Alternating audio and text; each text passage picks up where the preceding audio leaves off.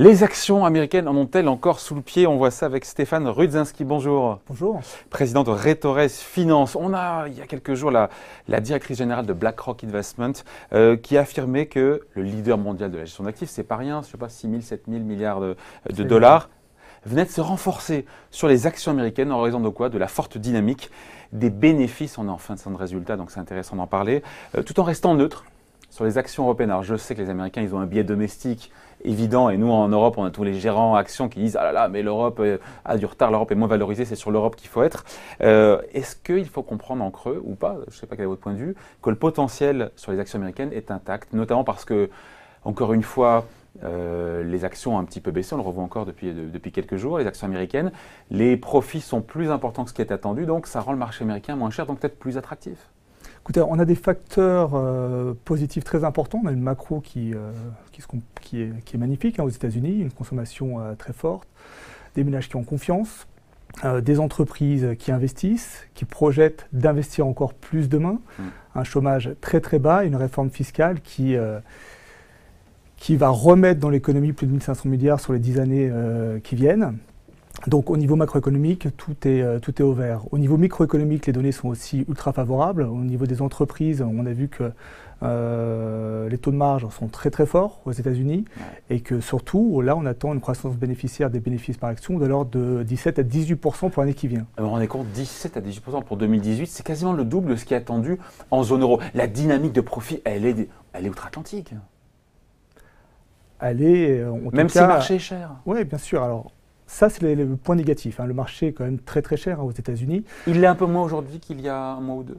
Bah oui, mécaniquement. Il est légèrement... Les cours ont baissé, les bénéfices par action attendus il est légèrement moins augmenté. cher, mais si on regarde des indicateurs qui nous permettent de nous situer dans le temps, comme le PE de Shiller, on voit encore... Ah, c'est quoi le PE de Shiller? Attention, alors, le PE de Shiller, ça rapporte la valeur de l'indice à la moyenne des bénéfices par action sur les 10 dernières années. Pour lisser un petit peu les effets des cycles. Exactement. Donc du coup, on s'aperçoit qu'aujourd'hui, on était 2 fois plus haut sur cet indice, en 1929 et en 2000. Donc la valorisation, ça ne nous indique pas si demain il va y avoir une correction, mais ça nous donne, c'est un bon baromètre, ça nous donne le niveau d'altitude. Donc il faut s'inquiéter quand on dit ça, quand on dit qu'on est à un niveau de PER de Shiller qui est au niveau des années 30, on se dit qu'il ne faut plus y aller sur le marché américain. Et en même temps, c'est le marché leader, c'est le marché qui... C'est le marché leader. Alors, effectivement, on ne sait pas si demain ça va corriger, on sait par contre que si ça corrige, on peut descendre vite et très fortement. Après, on a des points très positifs sur les actions américaines, bien évidemment. Qui battent le consensus, 80% d'entre elles ont fait plus en termes de résultats que ce qui était attendu. Une telle proportion de boîtes qui surprennent positivement, c'est du jamais vu depuis je sais pas, depuis peut-être 10 ans. Encore une fois, est-ce que les actions américaines, pardon, la question est directe, est-ce qu'elles ont encore du ressort? On a le sentiment que oui, quand on voit, encore une fois, on attend des hausses de profit, c'est vous qui le dites, de quasiment 20% sur 2018, 20%. Oui, bien sûr. Écoutez, vu le niveau de valorisation, vu les données macroéconomiques, vu les données microéconomiques, on est également en fin de cycle, et sur les fins de cycle, très souvent, les marchés actions surperforment encore. Le marché a du potentiel. Après, il y a des risques. Il y a des risques vraiment importants.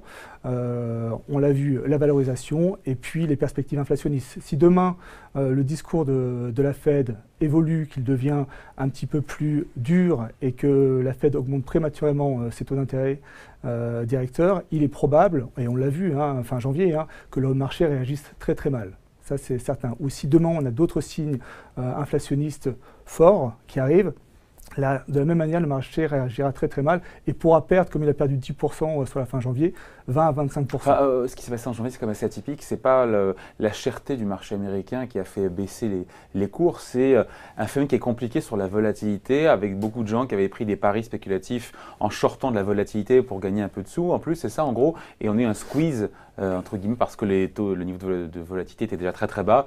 Et voilà, il a fallu se racheter, ça a fait remonter la volatilité. Mais est-ce que c'est pas un micro-phénomène? Non, mais je veux dire... le point de départ, c'est pas le niveau de cherté des marchés américains. Ça donne le tempo de l'évolution des marchés US pour l'année qui vient. C'est-à-dire que le marché, effectivement, avait connu une volatilité très très faible pendant toute l'année. Et on est revenu à un niveau normal. Hein. Oui, on revient à un niveau normal, mais le marché, là, on voit poindre les premiers signes inflationnistes et on se dit, bon, bah, finalement, est-ce que la Fed ne va pas remonter plutôt que 2 à 3 fois ses taux d'intérêt, 3 fois, 4 fois, peut-être 5 fois. 3 fois est pricé par le marché, maintenant c'est le 4. Exactement, le 4-5, ça peut faire de grosses différences. 5 ans, mais 4, vous y allez fort. On va voir. Ça va avoir un impact sur les marchés actions, c'est certain. Bon, donc à vous écouter, est-ce qu'on peut dire, alors toute chose égale par ailleurs, que les actions américaines restent attrayantes, sauf si la Fed resserre un peu trop rapidement ses taux d'intérêt? Alors moi je vais vous faire une réponse de Normand, elles sont intéressantes, bien évidemment. En revanche, nous on considère qu'on va rentrer vraiment sur le marché américain dans une zone de consolidation, une sorte de tunnel horizontal. On va osciller autour des cours actuels. Donc pour les personnes qui sont capables de prendre des positions de quelques semaines, faire du swing trading, ça sera intéressant de rentrer sur les points bas, sur les supports pour revendre sur les points hauts du tunnel. Pour ma part, pour les investisseurs de long terme, je ne les enverrai pas aujourd'hui sur les actions américaines. Même si le potentiel de croissance des bénéfices est très fort, le risque de mauvaise surprise est quand même important et je pense qu'il y a beaucoup plus à perdre qu'à gagner aujourd'hui pour un investisseur de long terme.